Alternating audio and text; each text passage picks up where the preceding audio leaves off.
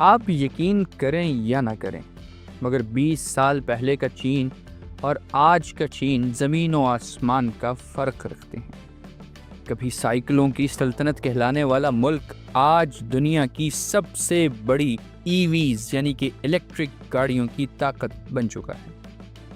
یہ محض صنعتی ترقی نہیں بلکہ ایک پوری تہذیبی بیداری ہے، اور اس تبدیلی کا سب سے بڑا مظاہرہ ہمیں شنگھائی آٹو شو 2024 میں دیکھنے کو ملا۔ ایک ایسا شو جو صرف نئی گاڑیوں کی نمائش نہیں بلکہ چین کے خوابوں، حوصلوں اور خود اعتمادی کا اظہار تھا۔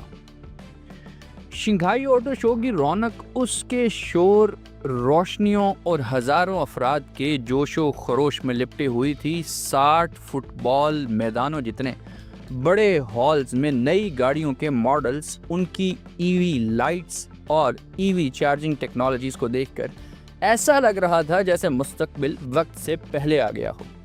چین کی سب سے بڑی BYD الیکٹرک کار کمپنی اس شو کی سب سے بڑی اسٹار تھی۔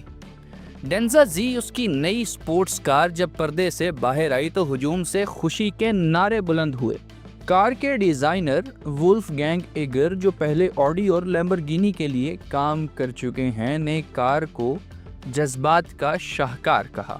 نیلے رنگ کی کار جیسے زمین پر تیر رہی ہو، اور جب اس کے دروازے پرندے کے پروں کی طرح اوپر اٹھے تو سامعین نے کہا، یہ صرف کار نہیں، خواب ہے۔ یہ کاریں صرف خوبصورت نہیں تھیں، وہ ذہین تھیں۔ آرٹیفیشل انٹیلیجنس، خودکار ڈرائیونگ اور بیٹری ٹیکنالوجی میں چین نے ایک نئی تاریخ رقم کی ہے۔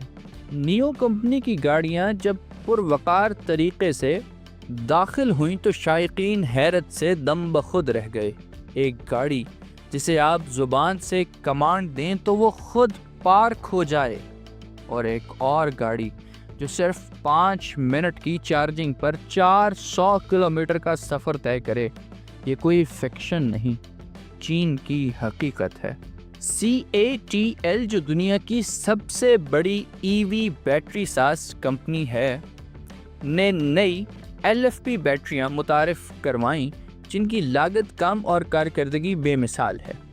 یہی وجہ ہے کہ ٹیسلا جیسے دیو بھی اب چین کی ٹیکنالوجی سے پیچھے دکھائی دے رہے ہیں۔ شاید سب سے زیادہ حیرت انگیز پہلو یہ ہے کہ چین کی یہ گاڑیاں صرف اندرون ملک ہی نہیں، دنیا بھر میں دھوم مچا رہی ہیں۔ BYD اب یورپ، لاطینی امریکہ، جنوب مشرقی وسطی اور افریقہ میں اپنی کاریں برآمد کر رہا ہے۔ وہ مارکیٹیں جو کبھی جاپانی کاروں کی جاگیر تھیں، اب چینی ای ویز کے قبضے میں آ رہی ہیں۔ ٹویوٹا، ووکس ویگن اور ہونڈا جیسے پرانے رہنما اب دفاعی پوزیشن میں ہیں۔ حقیقت تو یہ ہے کہ 2024 کی پہلی سہ ماہی میں BYD نے ٹیسلا کو پیچھے چھوڑ دیا اور دنیا میں سب سے زیادہ ای ویز فروخت کی۔ یہ سب کچھ ایک ایسے وقت میں ہو رہا ہے جب امریکہ اور یورپ چین کی ای ویز پر پابندیاں لگانے پر غور کر رہے ہیں۔ بعض امریکی تجزیہ کاروں کا کہنا ہے کہ یہ صرف گاڑیوں کی دوڑ نہیں بلکہ عالمی تسلط کی جنگ ہے، مگر چین نے اس دباؤ کا جواب خاموشی سے نہیں بلکہ مسلسل کامیابیوں سے دیا ہے۔ وہ اب دنیا کو دکھا رہا ہے کہ چینی ساخت کا مطلب اب سستا یا کم معیار نہیں بلکہ جدید، ذہین اور پائیدار ہے۔ اس انقلاب کے پیچھے ایک شخص ہے، وانگ چون فو۔ 1995 میں اس انجینئر نے شینزن میں بیٹری بنانے والی ایک چھوٹی سی کمپنی شروع کی۔ آج وہی کمپنی BYD دنیا کی ای ویز کی سلطنت کی بنیاد ہے۔ ان کے ویژن، محنت اور سادگی نے چین کو ٹیکنالوجی کی دوڑ میں عالمی لیڈر بنا دیا ہے۔ شنگھائی شو میں آنے والے بیشتر نوجوانوں کا کہنا تھا کہ وہ اب جاپانی یا یورپی گاڑیوں کی خواہش نہیں رکھتے۔ ایک نوجوان نے کہا، جب ہمیں اپنی زمین سے بہتر گاڑیاں مل رہی ہیں تو باہر کیوں دیکھیں؟ یہ بدلتا ہوا رویہ صرف مارکیٹ کا نہیں مزاج کا ثبوت ہے۔ چین اب نہ صرف اپنے لیے بلکہ دنیا کے لیے EV انقلاب کا پرچم اٹھا چکا ہے۔ یہ کہانی صرف نئی کاروں، بیٹریوں اور مارکیٹ شیئرز کی نہیں، یہ ایک قوم کی اجتماعی کوشش، ویژن اور دنیا کو اپنی صلاحیت منوانے کی جد و جہد کی کہانی ہے۔